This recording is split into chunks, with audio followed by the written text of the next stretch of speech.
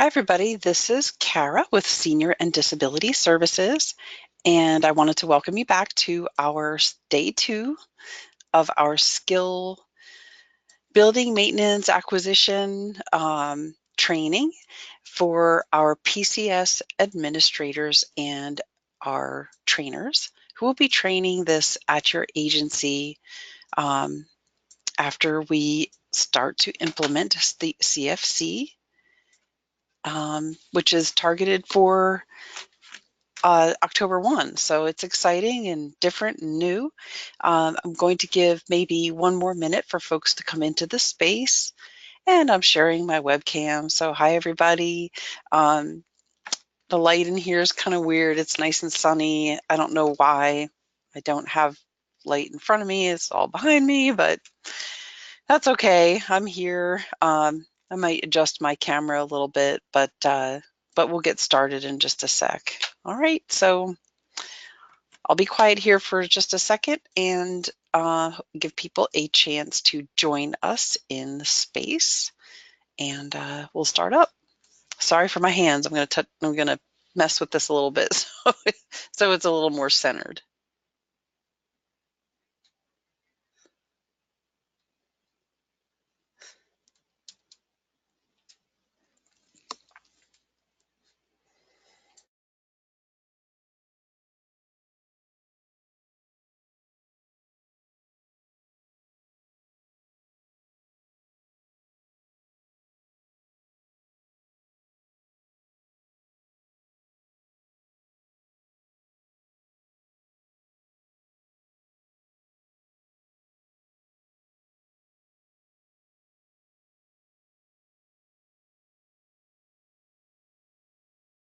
All right.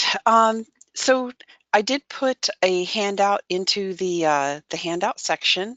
Um, we can go ahead and look through that. Okay, awesome. Just a couple of reminders. Thanks for reminding me to remind you. Um, if you have somebody who's not linked in through your actual email address, you'll want to write in their name. So I just have a record of their attendance. So I have on my list that I can see up here on my screen, and I've set it so that you can see other attendees' names. I have Allison Lee, Amber Halsey, Cherry Guico, Aaron Weiss, John Lee, Liei Tormozov, Luann Strickland, Nadia Gostova, Natalia Zukov, Nelly Tormozov, Priscilla Hurley, Cheryl Yisley, Sherry Harris, and Tara Smith. I apologize if I don't pronounce the names. I do the best I can, but sometimes I don't get them right. But that's who I have. And I have Denise Monkillian with Sherry Harris. That is correct. And if there's anybody else in attendance in your room with you, just let me know. If they're not signed in by email address, I won't know they're there. The other thing to know is, again, just a reminder, if you have more than one Medicaid number that you use for billing, you'll want to email me with those so I can log that each location has received the training, like you govern each location. That is something that our CERT team wants. I keep seeing these books. That's something that our CERT team wants, and it was kind of new, so I wasn't able to put it into the actual registration sheet. So today we're going to go over our PowerPoint, and we're going to talk about the way that we assist people for determining what's right to help a person with for the skills training, and we'll talk a little bit about supervision and queuing.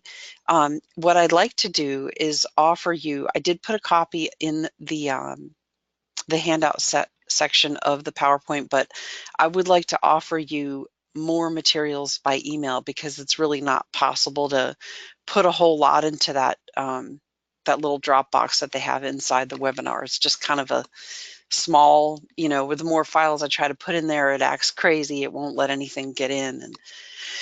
And then a lot of times we can't download them depending on the device that you're on or you know, your internet at the moment. It might be just dealing with the video and not happy when it wants to, when you try to make it, you know, download more things. But anyway, I will email you the materials to present, which will be emailed in formats that you can change them, like the PowerPoint. You can change it around. You can, you know, add your own logos and things like that. You are free to use those. You know, when this is Train the Trainer, so we're giving you best practices and some materials to use. And then I will email you like a document that has the paper quiz, digital paper. And I will, you'll actually get 2 quizzes, one for you and one for your learners, suggested questions for your learners and to evaluate their knowledge.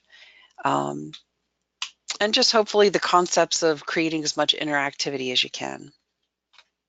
All right, so let's talk about what this might be. This session may last all the way till 12 noon. It may not. I don't know. We'll take a break when we go through our first hour, and we'll see where we're at. If it doesn't last the whole time, that's okay, because you'll have plenty to do, you know, to respond to it, because you'll have a quiz that you'll fill out online for me.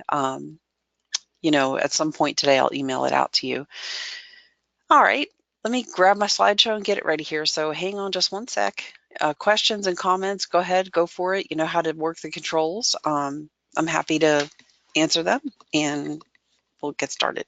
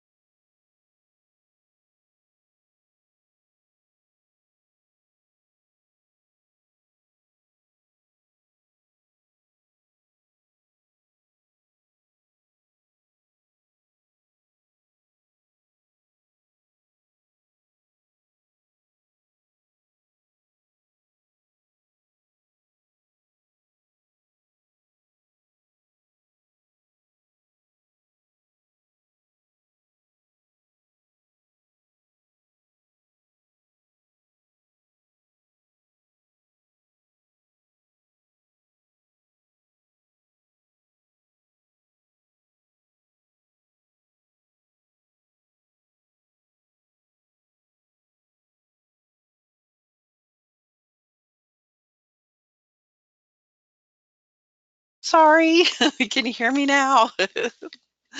Thanks, everybody.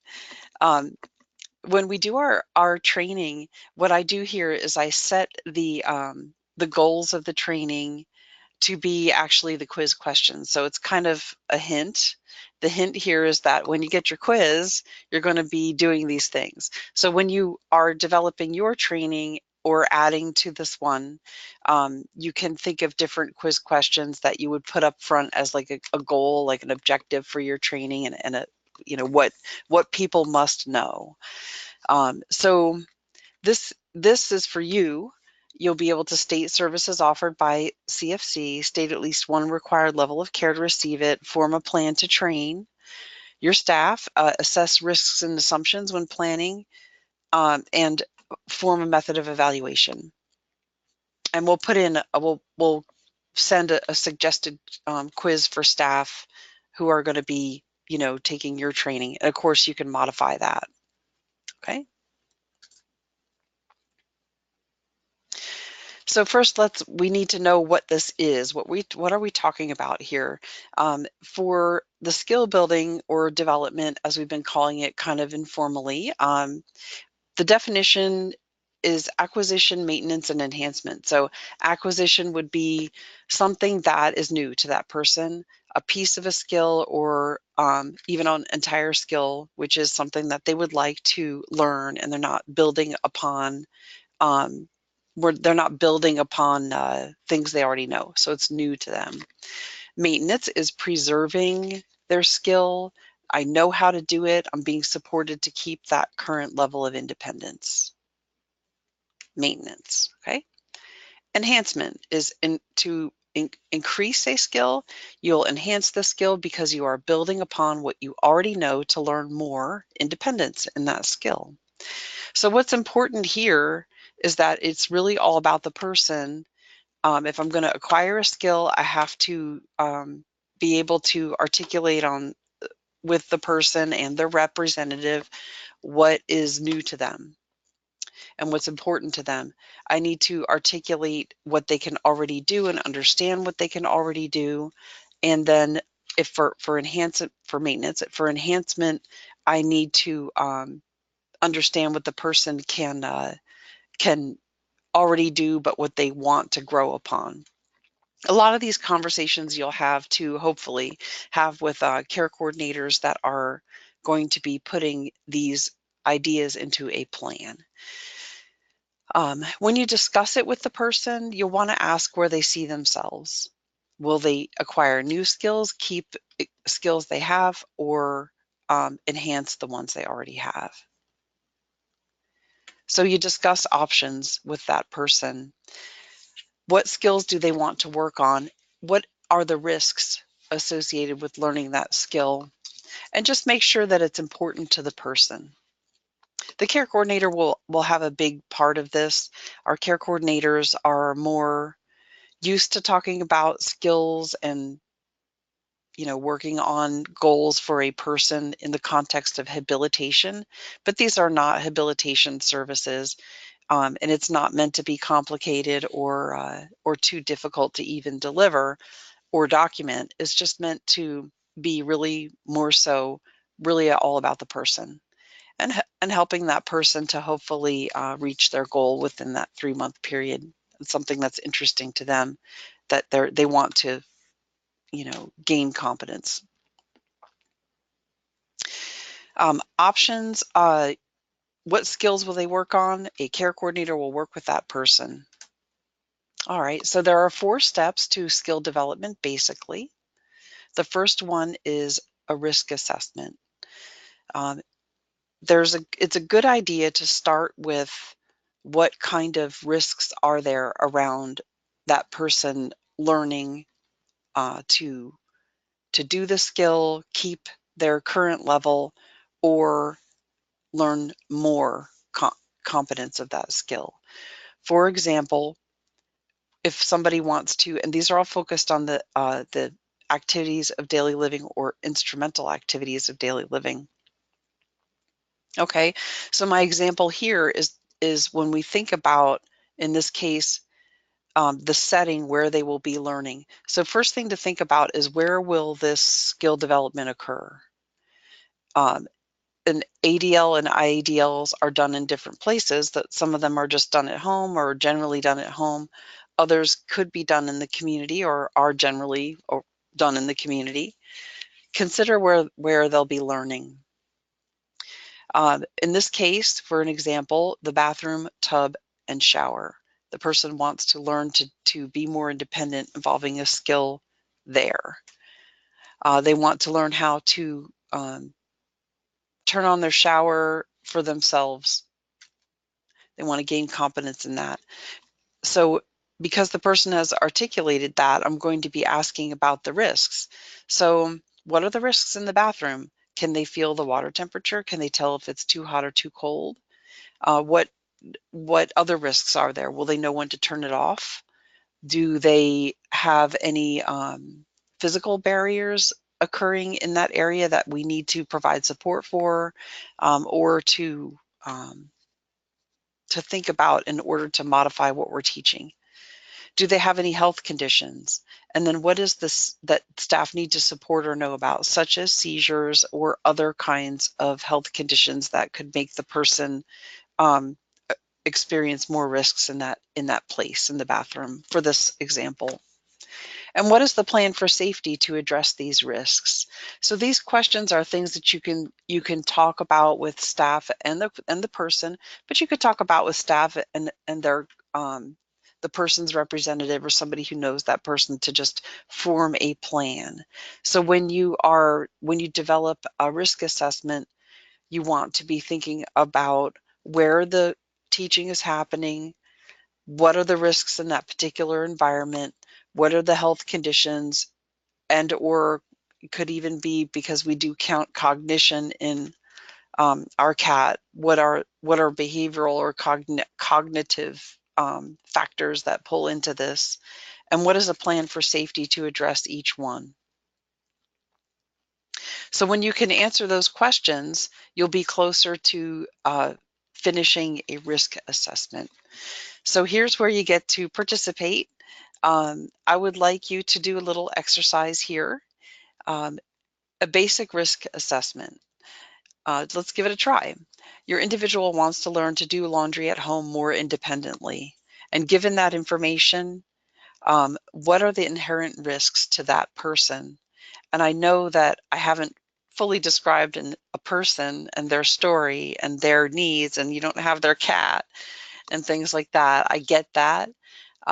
But I want you to answer the questions for me that are here. So, what are the risks of um, learning to do laundry at home more independently?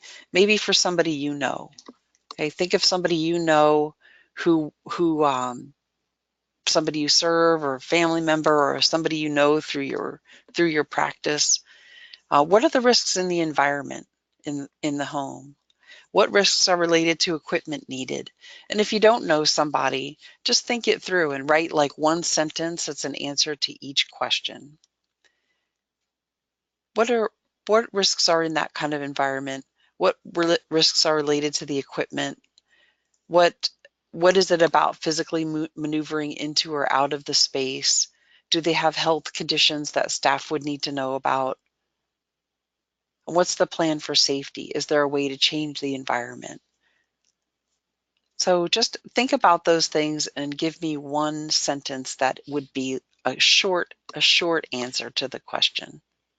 All right, I'll be quiet here while you write. We'll give it maybe, we'll give it 2 minutes for you to think and write. Okay.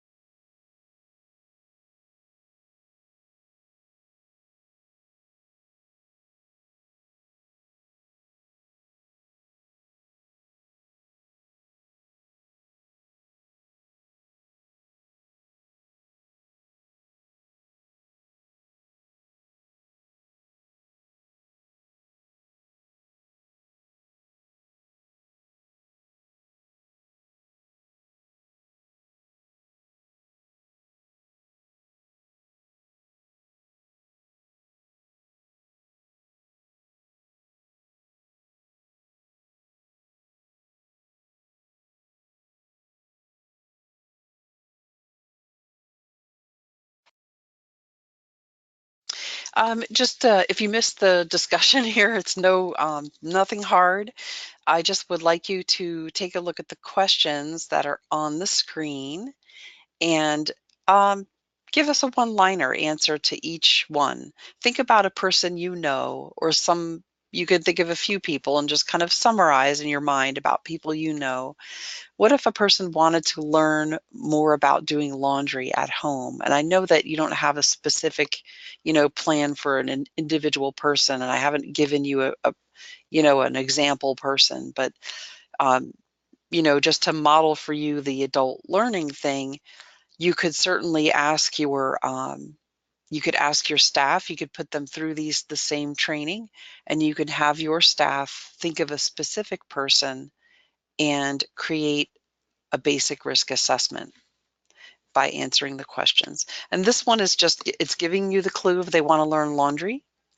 But your person, when you teach others, you may have other ways of engaging your learners. You might have them think about other ADLs or IADLs, or a specific person, kind of like a case study. Always remember to stay, HIPAA compliant with your case studies and things like that. It helps if people are able to create an example from their own experience. It helps to bring people in that way, to bring your learners in, because then they get to talk about people. And one of the things that our staff love to do is talk about people they serve and how much they do to help them and what they see. So you'll be telling them that that's important too by paying attention to it.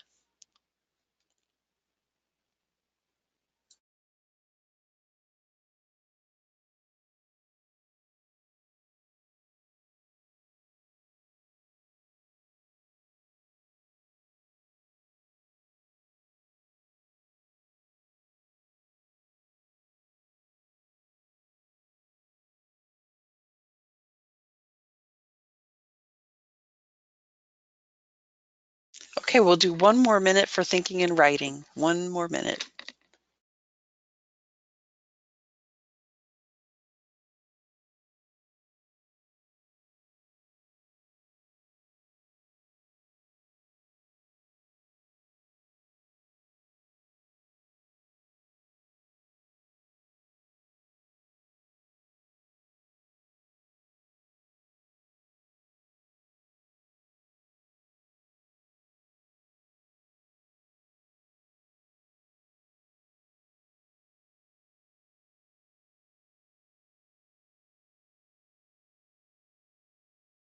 Okay, it looks like we're good on the on writing in, and here comes some more. That's good. All right. It could be that my internet just let some more information in. Sometimes we get a lot of answers all at once. So I'm going to pick out a couple of these just so that you know your colleagues' comments here, and we can sort of summarize that. Lots and lots of good thoughts about these. When you really start to dig, you start to understand more about how a person might negotiate in the space, how they might have certain risks. Bending over to take clothes out of the washer could create a risk for falling. Mobility issues and where it is in the home, is it even accessible to the person? And when you have that conversation with somebody, it may not be, they may want to do something that they're not going to be able to get to. So you're going to have that conversation with them and say, well, if it's not accessible to you, then we need to pick something that, something that meets you where you are. And it's all about you. It's not because you can't get to it. We're here doing that. So, let's talk about some things that you can, um, that you have access to. Potential risks for learning would be an individual who uses a wheelchair. The laundry space may not allow for the wheelchair to maneuver. They wouldn't reach a top-loading washing machine. They were able to convince the landlord to include one front loader and use a grabber device to load the washer and dryer. And they needed training on how to use the grabber. So, this is great. That is a great example. People, requesting something that helps them be more independent so they don't have to have quite so much help just to do this task. And they're able to do so with the simple intervention of some technology. And there still might be some teaching around that. The grabber, of course, like how does it operate and you know, what what's the best way to use it? That might be part of that. Risk of slips if the laundry detergent spills. Yes, lots and lots of, when you really think about it. Risk with moving laundry due to mobility. Laundry soap in relation to how much to use. Like if they just put a whole bunch in there, it could break the machine, it could spill, it could go all over. Um, Risk of not separating laundry. They might, exactly, a person might not separate laundry so that they end up all their clothes are ruined because they have something in there. They don't know how to take things out of pockets, or they wouldn't do that, or they're not able to do that. Those are all risks that are around this topic. So laundry being too heavy, or maybe somebody's too short to reach into it, not knowing how to measure. They can't lift something that's too heavy, large laundry to move around if they are using a wheelchair or a walker for stability. It's possible to teach a person about measurements. Yes, you can create all kinds of visual, and also there's some convenient things that people can use for measurement, like the little packets that you throw in. Things like that might be part of that. The individual I have in mind doesn't have health conditions that would be a risk for doing laundry. Okay, they may not. It's just something to think about. Find out if a person is allergic to things like the soaps and things like that. A person might acquire a rolling basket if they push to be able to push a laundry basket instead of carrying something. They might be able to walk it down. They could use a single-use detergent or a laundry card or quarters in advance, like they could be set up to be more independent with, like we talked about yesterday a little bit with just setting up the materials so that they have better access to the whole task. A cluttered environment could be a risk. Cognitively, it could be a factor because they need to know how to be safe around detergents and things like that. A person who uses a wheelchair might not have the mobility to put clothes in or take them out. Other thoughts about tasks: how to cook soup on the stove. To cook, you'll want to gather all the supplies. You'll want to have the food items in a recipe. Make sure you have the hot pads and that you remember to turn the stove off and on. Okay, now you're getting into task analysis, which is going to be next, but I love the example. Turn on the burner, add the soup can, put it on to the pot, put that on the burner. Slowly cook the soup on medium heat. When the soup is hot enough, turn off the burner, grab the hot pad, pull the pot off the burner, have your bowl ready to pour soup in. All good instructions and a good thought as we get into task analysis. And which is our next our next slide. Our task analysis, there are many steps to daily life tasks. Some basic, what you want to do is use a checklist to form a basic task analysis. A person doesn't have to complete a task, beginning to end. They could be assisted to do part of it, and they could have a segment in there where they have some independent skills that they're working on. These are very general descriptions. You can definitely come up with many, many, many steps just to simple tasks such as soup, heating up soup. There are many steps to that. There's also ways to convey that where you just have to be super clear. And really, it's about starting with the person. So here's my little example of a task analysis. As you can see, even with this description, it does kind of end up being like in some sense, kind of a bird's eye view of how it happens. For the person, there may be so much more that they do or think about doing to do this task.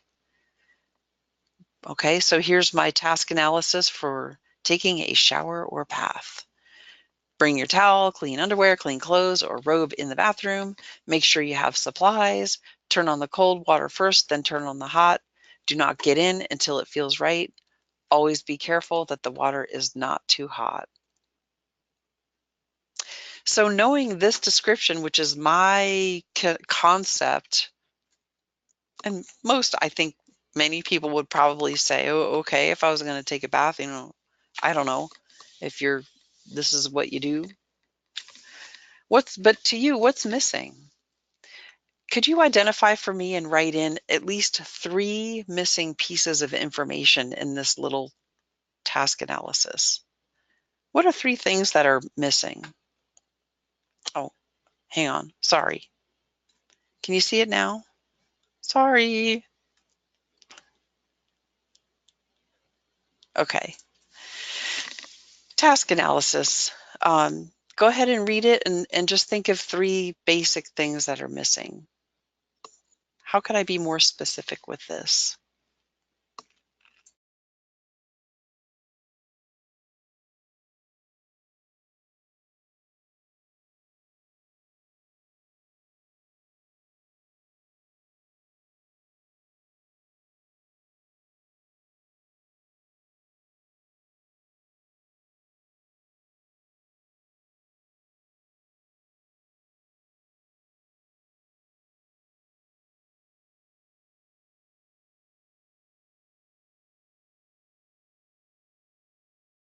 First answer says turn the light on, close the door. Once in the shower, close the shower curtain.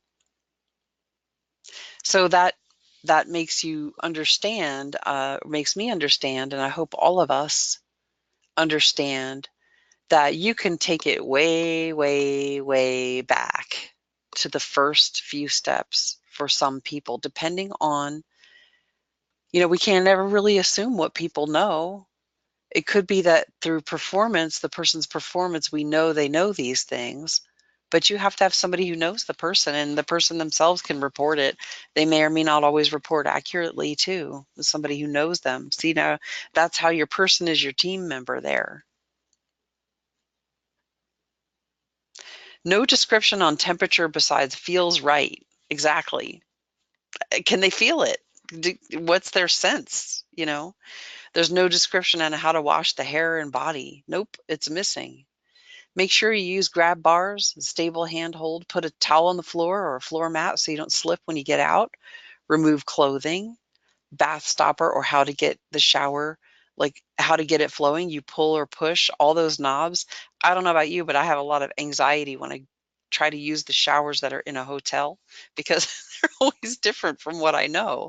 I don't want to burn myself because boy, they make those hot, so you have to kind of know that. You have to try. Make sure a slip mat is in place, close the door, help in or out of the bath. Okay, towel. How to check the water temperature. How will they gather the needed supplies? How will they get in? Make sure you have a safe way to get in. Use a bath bench. Make sure you're able to open the shampoo, etc., on their own. I recently helped somebody with shower tasks that I was pretty surprised by. I was helping care for a person, an elder, and I never realized how similar shampoo and conditioner bottles look until the person sort of freaked out and couldn't tell the difference between the two. And I really didn't get that. So what I found that I had to do was make a big X on one with a marker so they could see it. And they really didn't know. They felt very intimidated by that. You never know until the person, you have to get with that person. And opening them, that would be a huge one. Washcloth and soap nearby, close the door, remove clothing, make sure you can safely get in, have a chair to seat after you get out. All of these are great concepts of ideas uh, about task analysis. What do you think, in your opinion, what is your observation or opinion? What do you think is the very first step to bathing? Like if you take it way, way, way back, what's the first thing the person needs to know? Step one to bathing. Consider our previous slide. Where is it done? What are the risks? What are the health conditions? What's the very first step, in your opinion, to knowing, to independence in bathing? Step one. Do I need to take a bath? Okay. I think that's a good answer. Do I need to, knowing you need to bathe? Okay. That would be a good step one. I think you may beat me on my thought of, of a step one. My thought was maybe knowing where the bathroom is, knowing where it is, knowing to get in there, being able to get clothing and towels, knowing if they need to take it, be able to get to the bath. These are all essential early steps. So can you understand how task analysis could be so tiny? The purpose of thinking this way is that it's easier to identify teaching tasks if you understand how very complex they really are for many people we serve. And it's easy to bring that out, and there's just a very rich kind of every day there could be teaching happening in any little piece. and also to see how complicated things can, basic things can be for people we serve. And I like to say you might want to convey to your learners. I know we don't really, we have a lot of experience working with disability and thinking about people who need help like this and doing it and things like that. But I try to dissipate the and I'm going to use an odd word, but I say the judgment around people not being able to do things. I try to dissipate that when I talk with our learner groups closer to direct care staff. And if I ever get the opportunity to teach direct care staff, I talk about, these are things that a person needs done. And we need to like kind of free our heart from the judgment that we may feel about, oh, they can't do this, and something can't do that, and they can't do this, and they can't do that. Kind of think about that within yourself and just let that go when working with the person, and your tasks get a lot easier if you don't burden yourself with the judgment part. It's hard. It has to do with a whole lot of other, like, kind of maybe, the person's history, and it's relevant to think about because this is adult learning. We're coming at it with our history and all the baggage and things we learned about the world and people and helping people. But believe me, if you spend time on this, you're going to call all of this important because you're spending time on it with your staff.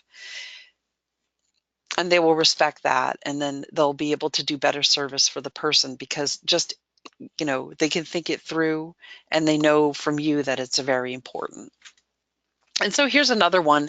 You don't have to do this one because you did a great job with the first one, but this is another example of kind of a generic, task analysis. You can use this example, and when I give you materials, I will be giving you a textbook. You could use this example and you could use the same exercise, what's missing. And if you remember yesterday, we were talking about adult learning and things adults love when they learn. They love to bring their own stories to the learning. They love to share, and they also love to find the mistake. Remember that? So this kind of thing will help people understand this concept better because they can find the mistake because they've done this work a million times, and you're giving them a, wow, that's not, no, you forgot this, you forgot, people will really engage, and people love to find the mistake, and you can kind of exploit that for your teaching. Okay, this might be a little small. The words might be, let me see if your view, okay. My suggestion here is to develop a task analysis for someone you know. You don't have to do it right now today in this class, but you can help your staff develop a task analysis for somebody they know by using this chart.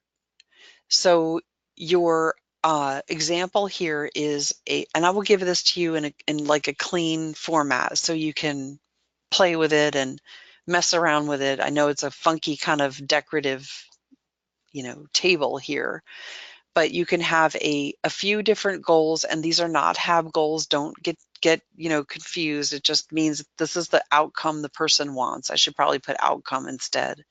Take medicine at correct time. What can I do already? Task competency. Kara knows where her medicine is kept, however, if she forgets to take it or that she has taken it.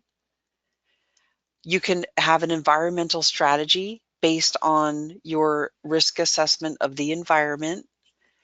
Keep the medicine in the same location. That would be the environmental strategy for me. Some of you already had them with, using the laundry pods or using preset quarters and things like that. The cognitive strategy could be used as well, which will help you with your cueing, which also relates to supervision and cueing. If the person is not pursuing the skill building, development, maintenance part of it, if they're getting the service of supervision and cueing, you can still use these Here, it's not a cue done by a human. This is a locking pill container with an alarm, but you can still use the same chart to develop your cueing, which would be more so a cognitive strategy, and we'll talk about that in the next couple slides. So we're teaching skill development and cueing together.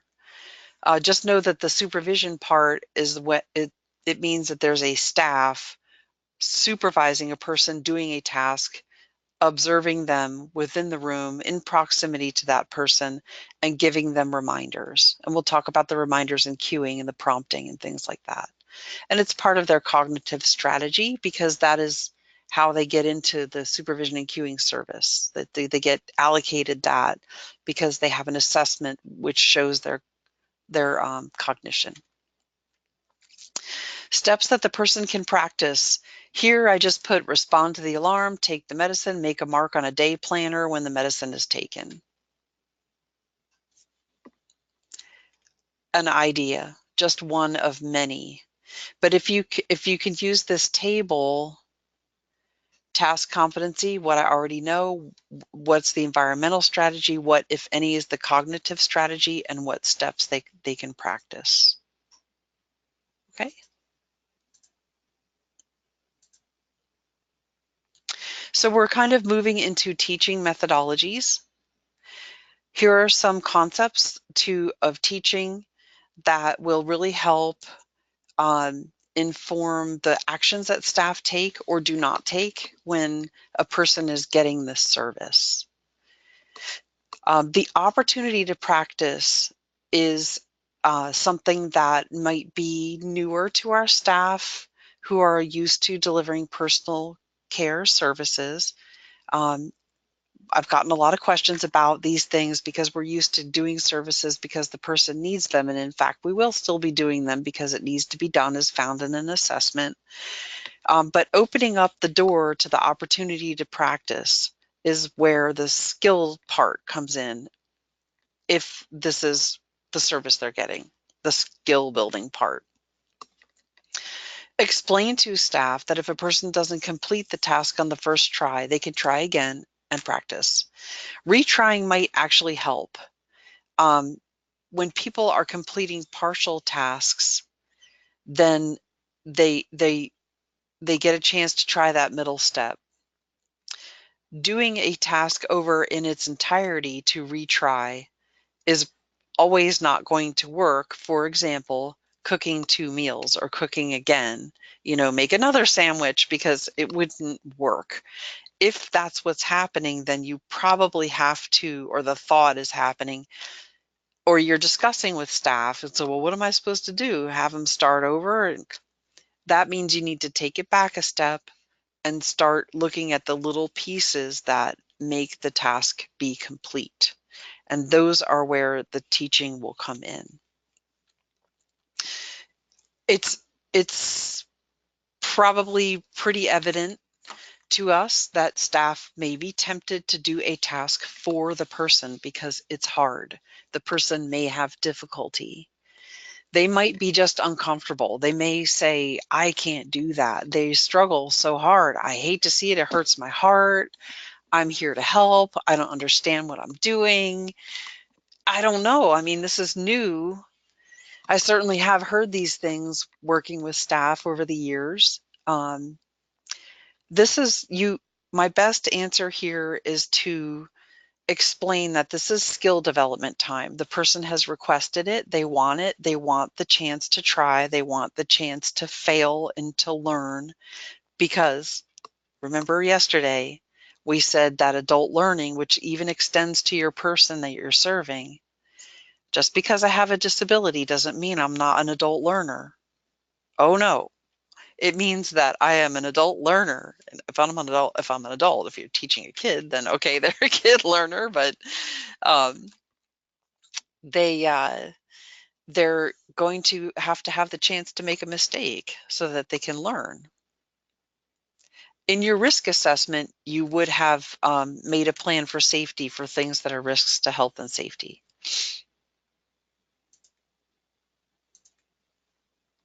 Okay, question. Can you let me know? Okay. In my mind, the risk assessment and task analysis would be the task and responsibility of the care coordinator and the agency supervisor, and the training to the direct service staff would be around teaching methodologies and documentation specific to the plan. Am I overthinking it? No, you got it. You got it. That's exactly what it is.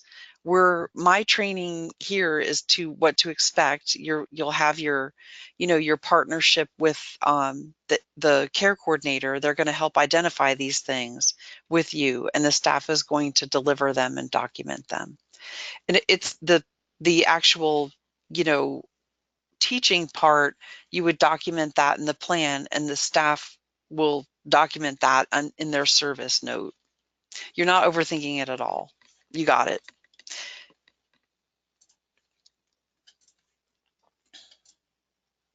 Okay, here's another concept for people to learn through your training.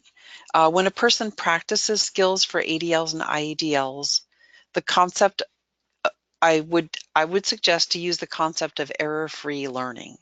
So a person shouldn't get the sense that they've made a mistake in learning, even if they need several reminders or other forms of assistance to do the task. Our staff should keep their attitude positive and encouraging and focus on what they're doing instead of focusing on what they're not doing or thought to be incapable of doing or literally cannot do. I get that. People have the service because they need this help. They can't do something, physically do something. I've gotten a lot of thoughts and, questions prior to doing these trainings. Hey, Kara, my person just wants to learn how to walk again and they're never going to learn. Okay, they physically can't do it. The spirit here and the thought process here for us in this support is to help the person focus more on, you know, they're voicing a measure of control around locomotion in their home. Find out what that is. I'm I'm including us here. Yes, it is for a care coordinator too, and believe me, we're starting in on this training, so we're going to knit it together for the teams.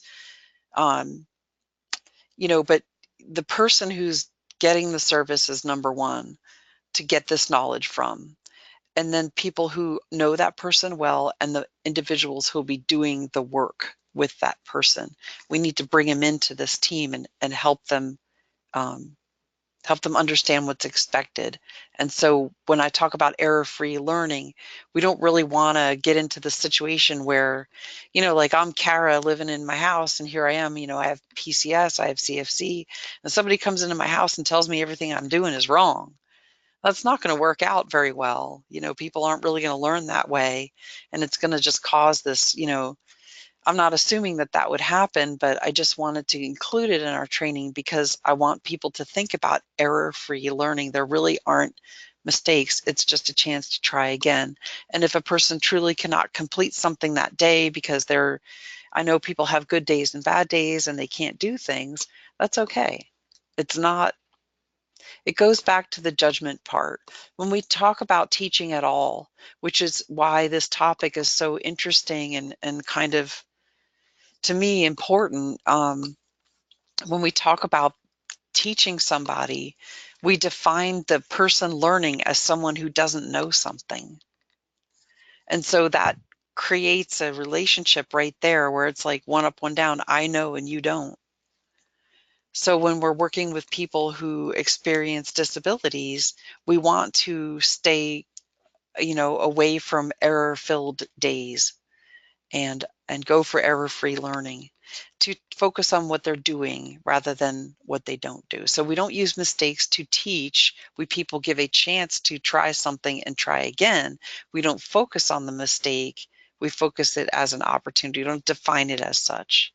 We give people an opportunity to try again. Okay.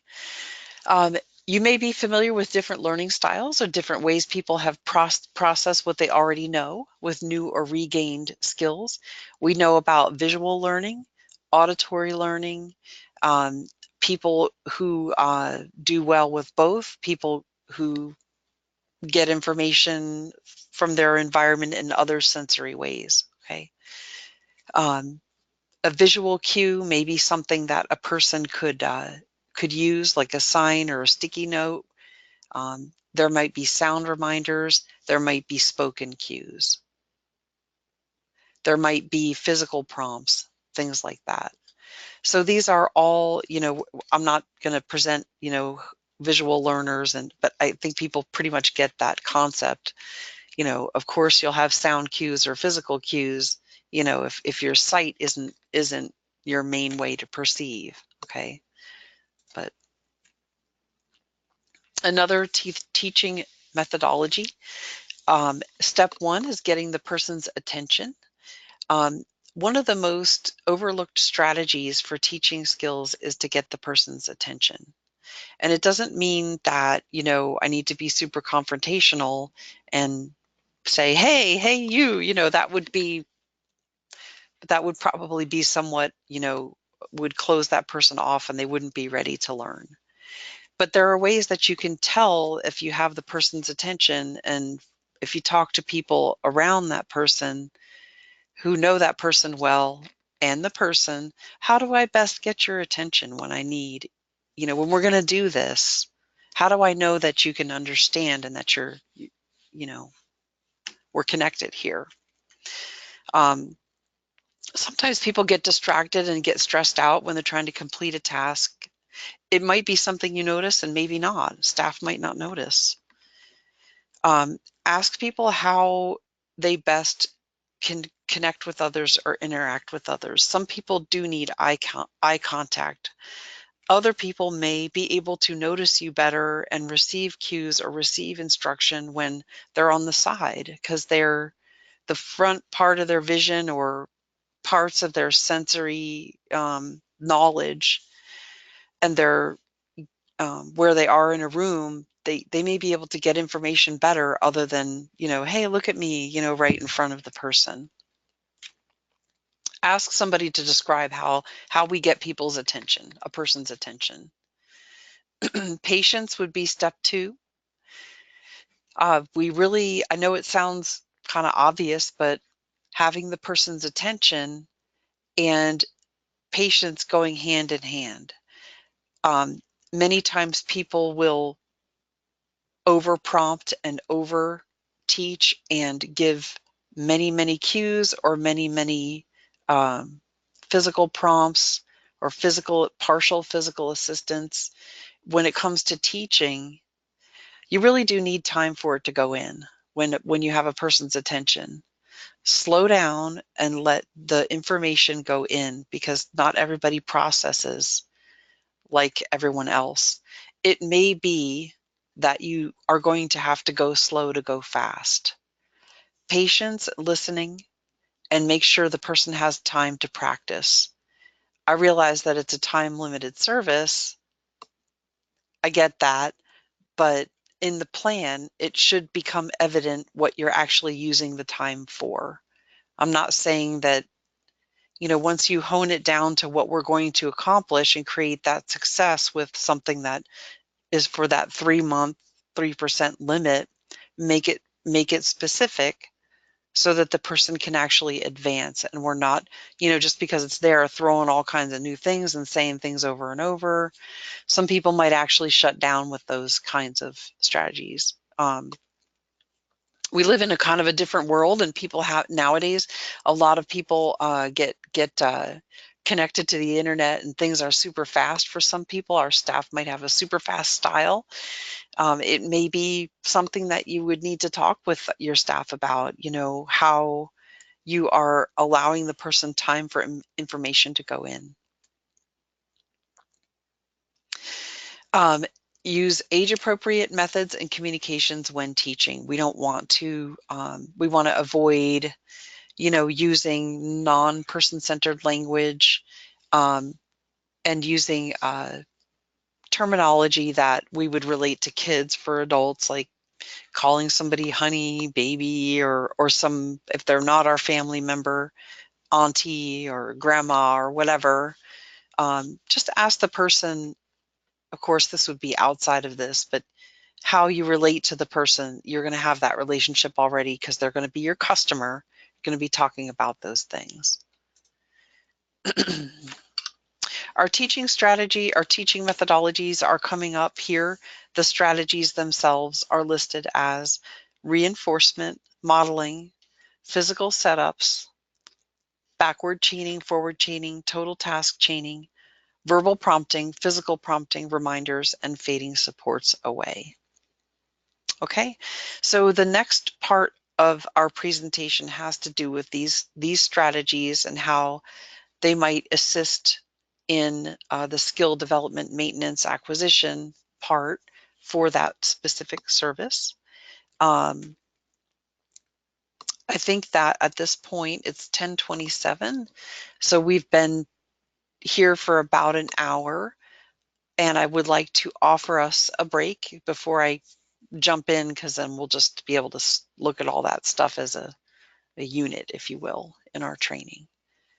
Okay, so why don't we go ahead and we'll take we'll come back at 10:40, so it'll be like a 13, like a 10-minute and change break for you, and grab a cup of coffee, do what you need to do, and we'll come back to it. Okay, so take a break until 10:40. I'll put up my flower picture and we'll be back to it. And write your questions if you have them and as you have them. All right, so break. Thank you.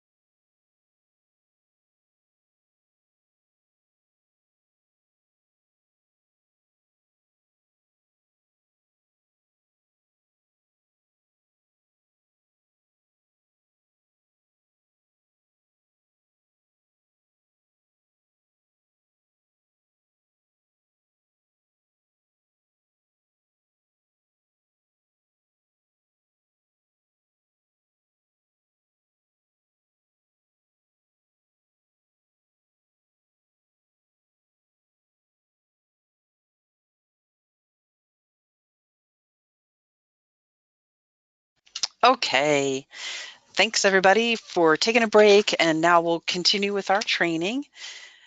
We do have our slides up where we get to talk a little bit about teaching strategies, reinforcement, modeling, setups, backward chaining, forward chaining, total task chaining, verbal prompting, physical prompt and reminders, and fading supports away. It was a duplicate slide in there, sorry. Okay, reinforcement is the first one to think about. Reinforcement is just a reward of some kind. It is known as, positive reinforcement would be something that I get as a result of an action that I take, and that something is something that I like. It is a positive reinforcer, something that I desire. Um, so it could be something that has its own intrinsic reward. A lot of times we'll do something that has a reward embedded in it. For example, we get to prepare a pizza, then we get to eat it. Positive reinforcement, what the person finds pleasing and could be offered after a learning session. You could do that. People could get a high five, a thank you, the chance to chat with people or talk with others about it. You know, gosh, that was awesome. You did great. Um, or something more tangible. I'm not saying that it has to be that. Some people will not relate to getting snacks and things like that. I get that. Um, they'll relate to something that is more uh, satisfactory to them, and it could be just achieving the competency. We could also have something that reminds that person, that they did well that day. Like there might be a something written in a charting or a note or a star or something like today we achieved this. Today we got this far. So the reinforcers are very specific. Somebody might like, for example, somebody might like pop, but we need to know exactly what kind. It wouldn't just be where we run in there and say, oh, gee, I heard you like this, here's some root beer when they really hate root beer. It all comes down to the person and asking the person, how do you celebrate after you do something for yourself? What is it separate from things like that, or do you just like to do it yourself because you like to be independent? And then you can take it from there. What reinforces you? Would you acknowledge that? Maybe people don't want anybody to say anything about it. Maybe just keeping quiet about it and letting the person tell their story later would be appropriate for that person. Reinforcers are positive. We should plan to fade them away as the person masters the skill. Generally, people will kind of just adopt that as their skill, and they'll continue onward without that reinforcer because it becomes, not relevant. And it shouldn't be the biggest relevant thing. For example, somebody who might continue to do something just to get the reinforcer, well, okay, then you chose a good one, but you probably want to make life a little bit more natural in the sense that, okay, maybe they might ask for that reinforcer or find a different way of having that in their life, as opposed to this little teaching part. Okay. Physical setups just means setting up the environment with an adaptation that will help the person be more independent and keep them safe. It could be assembling a place setting so the person will seat themselves there, providing a switch or a handle so that they can operate something or grip an appliance more easily. Somebody had talked about a gripper, which is a great little device. Turning off a TV to keep random noise down or just turning it down. Removing loose rugs or other trip hazards. A lot of these things, setups, might come with your environmental risk analysis that you'll do.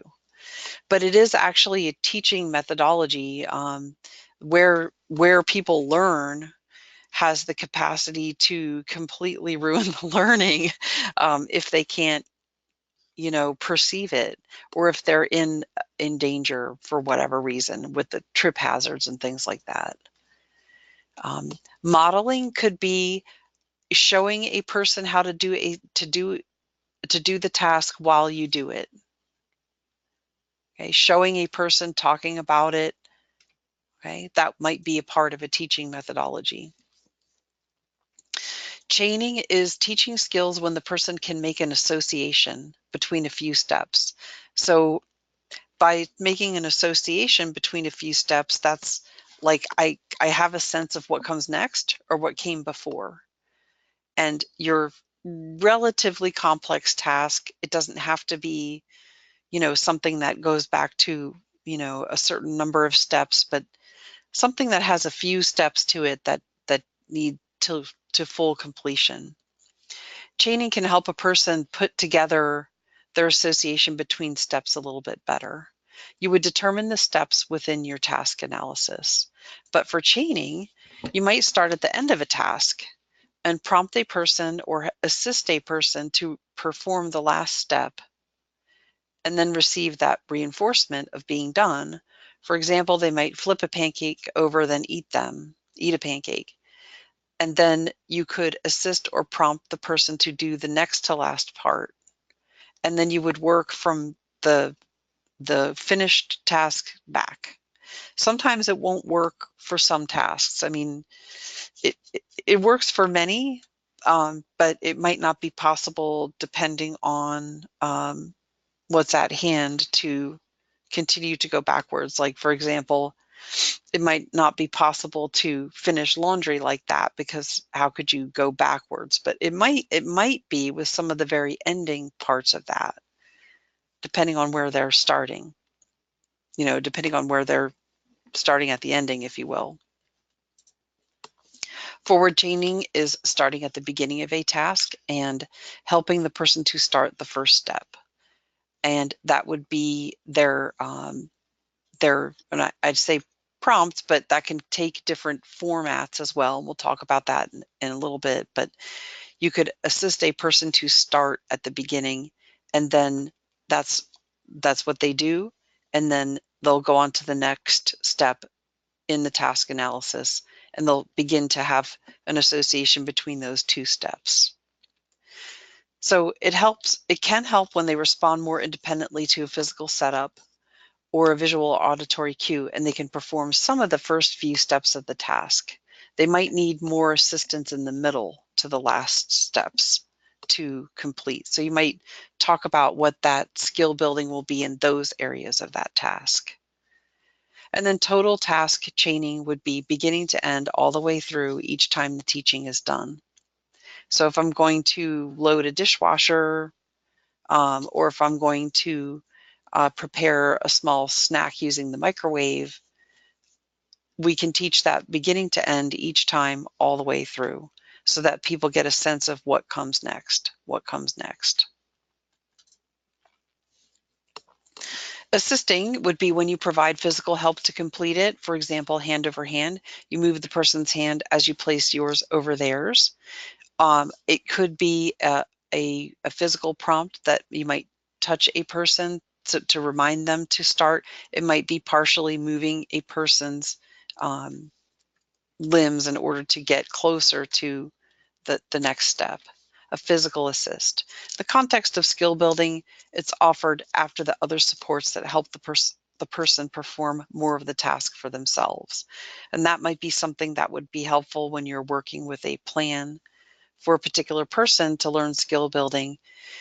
Your staff will be used to doing physical assistance. When would their assistance change when it comes to the skill building part to helping that person have independence to allow them to attempt to do it on their own, and what kind of support is needed? If we can't answer those questions, then we probably aren't looking at a skill building, that the person will accomplish. They need total assistance, for example, for some forms of mobility or some pieces of mobility. There won't be any way for that person to actually do that themselves. You'll need to step back a little bit and look at other parts of that person's goal or outcome that they want in order to determine the skill building part. A visual prompt is simply a visual cue, a card, a sign, a note, a schedule, or a picture that describes what they do next. Could be a hand motion. You could point to a sign or there might be a light that shows you something, or something else that the person sees that gives a reminder, or even instructions. Prompting is also cueing. It can be cueing for supervision and cueing. So there might be something like that happening. You might have a visual prompt or auditory prompt or a physical prompt occurring during the service of supervision and cueing. Okay, so this defines that for that service for the person. Verbal or auditory prompting would be a spoken cue or sound that serves as a direction or a signal for what to do next. Could be something that we tell the person, it could be a timer or an alarm that makes a sound. For supervision and cueing, it would be the person in the room who does that verbal prompt. It's not relying on a technology to provide the auditory prompt like that. The reason being is that supervision and cueing go together. It means there's a person there doing that. There's a supervisor of that time, the worker. When supports are fading away, when it comes to skill building, acquisition, or maintenance, the purpose of it is to help the person become more independent. We need to plan to fade supports away as the person gets more chances to complete tasks on their own. Because this is a time-limited service, we want to at least to attempt to fade them away in order to help that person take upon that skill for themselves. And so in the plan, you'll talk about how the supports will be faded away at a certain point in time.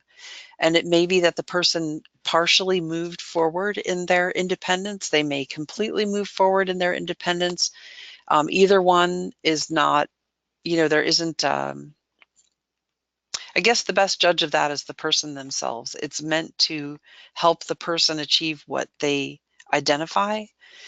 This is not the habilitation service where we have to do progress towards goals and report those in the plan and things like that. It really just comes down to the person. Were they able to get closer to the independent skill that they envisioned and that they had put in the plan at the beginning? So you could also talk about doing this as depends on the person's schedule, but during that skill building time, that 3 months, at a month and a half out from that, you could begin to fade away the supports. And so the fading away doesn't mean that it's not giving the service. It means that it's time for the person to practice, and that the staff might be doing more for that person in the very beginning of that. But if they had done their teaching for that first half, then it's quite likely that as they begin to fade away, they'll see that person do more on their own. And it's a suggestion. To measure skill acquisition, we need to start by measuring before teaching starts. What is the baseline for that person? You could create a document that would help measure self-performance. This is after you identify the tasks through that analysis and the supports. You will work with that person to help get them involved in recording their results. And again, the suggestion is like at a half mark, will begin to fade away, and we'll have more time for you to, it doesn't have to be at the half. It could be if the person is making more progress in the beginning, you could start to fade away quicker. But generically, think about it starting at halfway in, we're going to begin to fade away, and we're going to measure what you do, and we're going to be able to create a chart that shows that. Okay, so a document that you can refer to for your staff, and your staff can also document for that skill building service. And I have a couple of suggested ones that we can share in your packet. Again, you won't have to use those, but you can take them to develop a way to plan for fading supports away. It's a new service for us. I don't have a whole lot of I did ask a lot internally here at SDS, what do we want to see? How will people know that the service was done and delivered as in the plan? And these documents will show that. It will show that you've got your time-limited service, and a teaching strategy, a task analysis was done, a risk analysis was done. It doesn't have to be a huge document. A care coordinator will help with that. You'll have that on hand as well. Your staff will do the teaching, and they will document what they do to help that person learn more.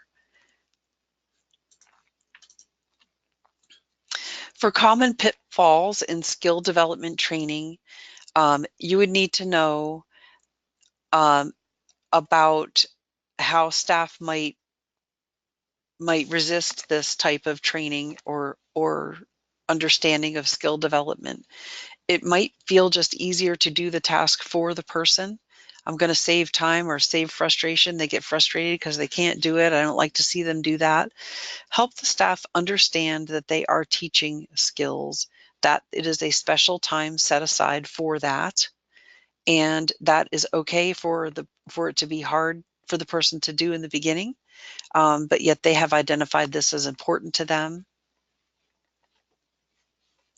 Not giving the person enough trials to practice, and it doesn't mean that it doesn't impact within the parameters of the service limit. It just means that staff may need to slow down and let the person try to take initiative a little bit more and try to perform that piece of their task. It doesn't mean that, we'll have more time for that service because it's a set thing. But a staff can help create a good result just by slowing down and let people having more chance to practice during that time. The lack of creating error-free training, that is a pretty common barrier to creating working in a person's home and or in some cases, depending on the service, the community, meaning for IADLs and things like that. To create error-free training is to help the learning be a positive experience, to be paying attention to what the person has achieved and be free of judgment of that, and not talk about amounts and doing things wrong, and acknowledging if a person is struggling, but allow that person to continue to pursue their level of mastery that they've identified. And also not being free of judgment. We don't have to evaluate that. We don't need to be frustrated with that. We're not really judging the person based on what they can and can't do. We're simply giving them a chance to pursue independent skills within a task. And not knowing about skill development, this is really just a basic statement. Staff might not know. They might not know that people can adapt. They may not have the experience of the adaptive skills that people already have. People do achieve new skills. People who experience disabilities do adapt in order to get things done and get results they need and get needs met. But it's kind of isn't common knowledge a lot of times when people come to the work. They're there to do something for that person, and they feel like they're not working if they're not doing it for them. So that would be something where we just educate our staff about skill development and what that is. This is the person's time. There's set aside time for them in order to pursue skill development. And believing that people can adapt and achieve new skills no matter where they start or when they start in their life and under what circumstances. For whatever reason, when you have a customer, if you will, who wants to pursue this, there will be reasons why they do want that. There will be help around that in the form of care coordinator and training and more documents that'll come your way to help with delivering this service. But that is really that person's choice, and to honor that and not kind of overtake that with doing for that person when it's time for skill development activities. Okay. What are your questions at this time about these strategies? Do you have thoughts or questions about strategies for teaching or the concept of doing the skill development or supervision and cueing, things like that.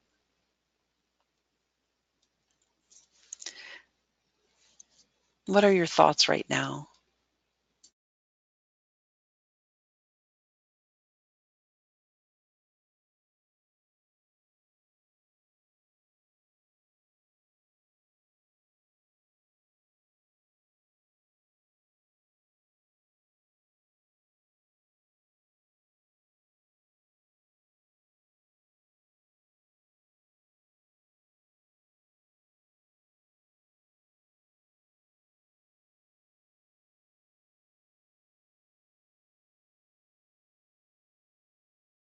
Okay, I don't see writing. I think that you're thinking.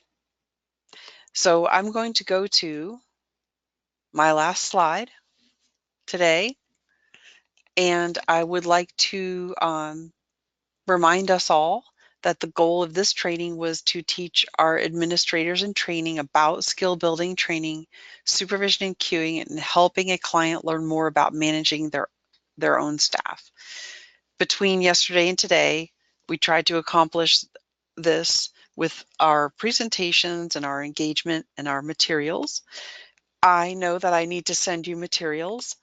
Um, I will be sending you a packet that has a textbook, um, a test, and some slides for to use for your trainings.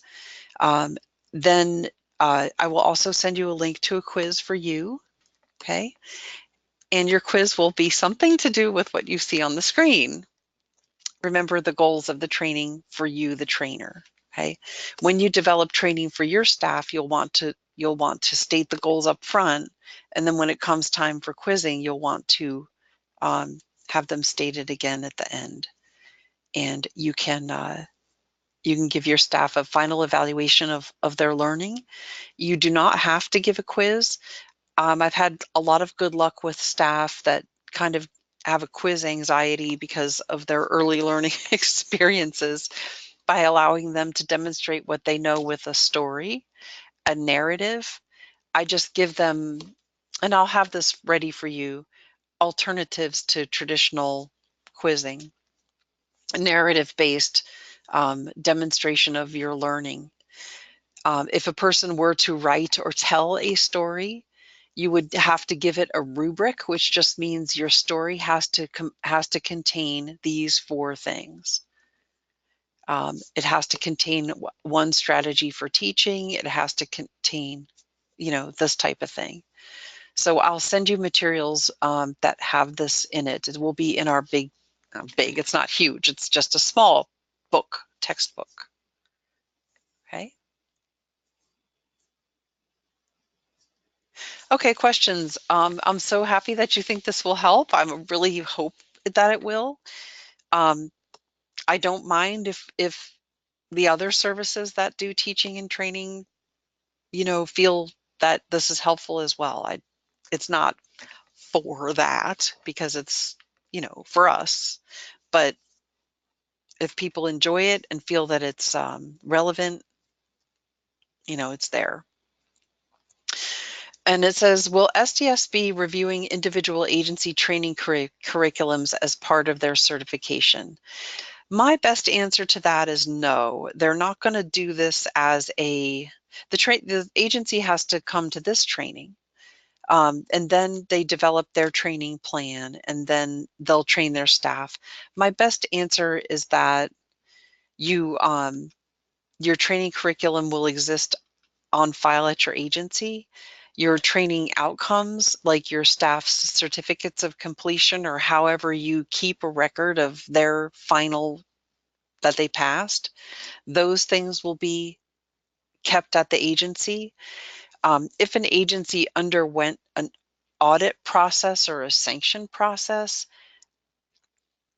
right now, today, in trying to answer these questions, the assurance of the agency is pretty much the most powerful thing. There isn't really a sense that they would delve into training curriculum to make sure that it specifically matches this or is this. if you don't have training that teaches to these things, you won't be able to teach skill development, maintenance, and acquisition. And so then the service might not be that, and then that would trigger those things. I think as long as it contains the essential concepts, more so just auditing or sanction stuff around the service not being done. Um, but no, not as part of certification, just part of more like um, outside of that, more sanctiony or, you know, it's possible that in the future, because they used to have this, SDS could have site reviews, and they probably still do, but not so very much. There might be site reviews, but unless you have it outlined in COPS that it's, something that's subject to review and turning it in, it is not a work product that you'll have in a CERT packet. CERT packets did change a little bit. It kind of got simpler and more reliant on the assurance of the agency that they're complying, and less so much turn in a work product so we can look at it. Okay. But if you get questions about those things along the way and you want to ask me, I can, I can help with that. I don't think there should be anything that stops you from just emailing me. Email is probably best for me right now because I get a lot of phone calls and it's hard for me to return all of them, you know.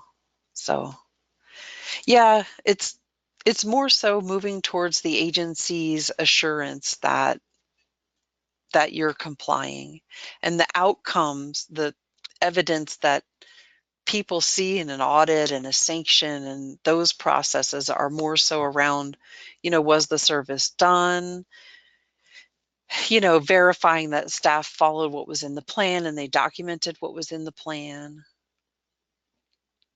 We've had other situations where curriculum was evaluated, but it really came to be really too much and we couldn't continue to do it. The services are expanding. There's more people, there's more customers, there's more programs. I'm not seeing that. I'm not seeing that right now. So, okay. So I will move to my last slide. Don't worry that it's a little early. That's okay, because you'll be receiving an email. Give me by the end of today to send that out. I still have to kind of put the finishing touches on some of these things. That I will give you a quiz that'll be online, and you can complete the quiz. I don't have, it's not a pass fail, like you're not going to be counted as training. It'll be more of a quiz around demonstrating your learning, and I'll give you a survey for the training itself. Question says, is there an expectation that at the end of the continuous 3 months of skill building for an ADL or IDL, the service level authorization would be amended to reduce or remove that ADL or IADL? That is a really good question. That I get it. I mean, I've had that question before from providers. Well, like if we skill build and the person can do something themselves, then would they get less hours? Would they get less time?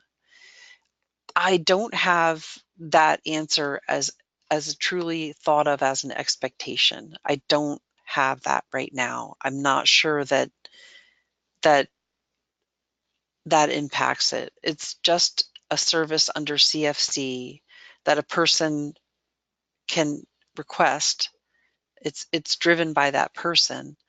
I think that their assessment will still show that they need supports. And I guess if they didn't need the support, then they'd be if a person really did reach full competency of something, an ADL or IDL, and they didn't need that help, then we would have other pieces of reporting change in service level needs that are other regs that we would comply with.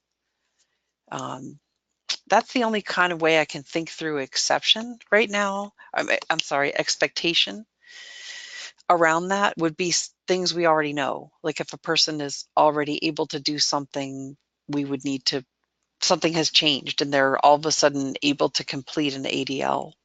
or IADL independently, then we would have to report that change for that. So my best answer is really kind of a blend of yes and no. It really depends on the person, and it's more so governed by rules we already have, rather than implementing this with the thought that, oh, it's going to, make it so that people won't need so much help. I'm hoping that, oh, sorry, I had that funky thing pop up, but it's also kind of early in the game to see where this takes us.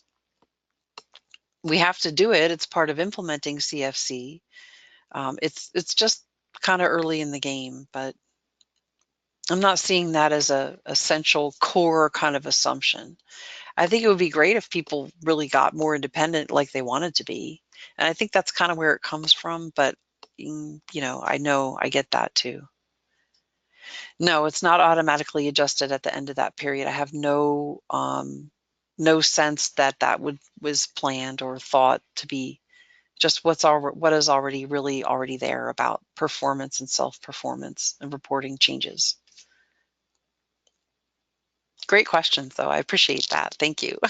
I always learn so much from you when you're here, from your group. Okay.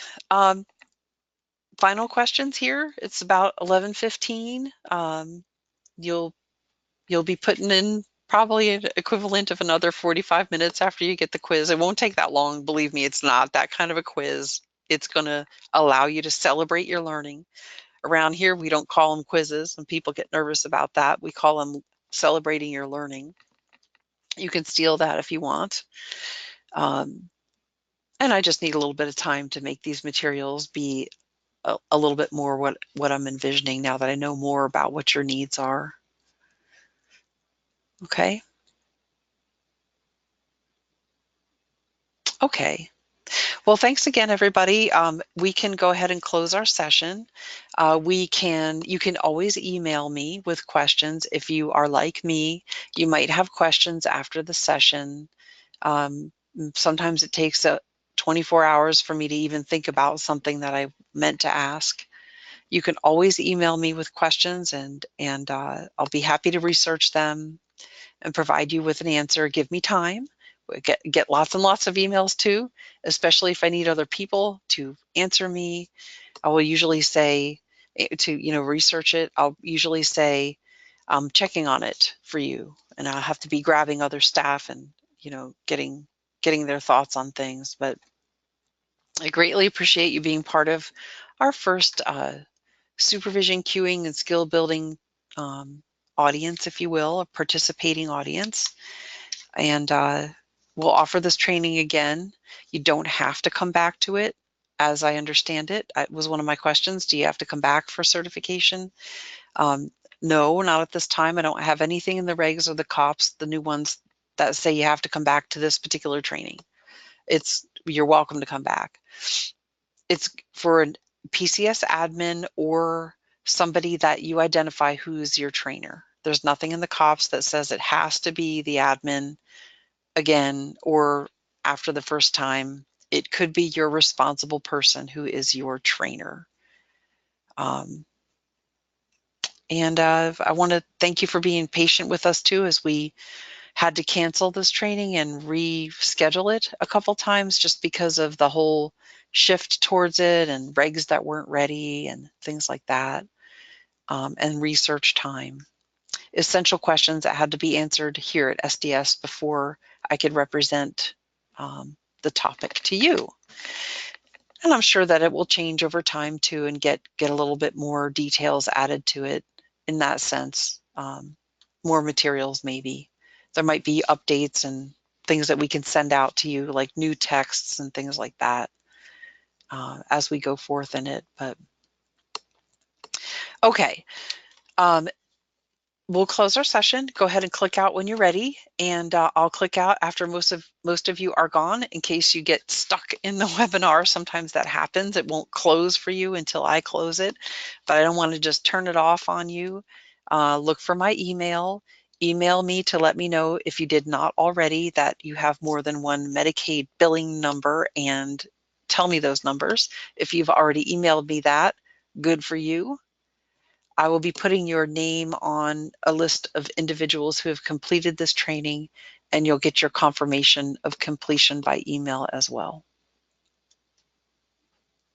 When I do your quiz, when I send you your quiz, I think that you'll be able to finish it right away, but I'll give you a little deadline for that quiz too. We'll make it October 1 and make it easy on you, okay? Before regs come alive, okay? You'll be able to see how your score right away, by the way, on the quiz. You'll be able to see it. So, okay, sounds good. Have a great rest of the day, everybody, and thanks again. Bye for now.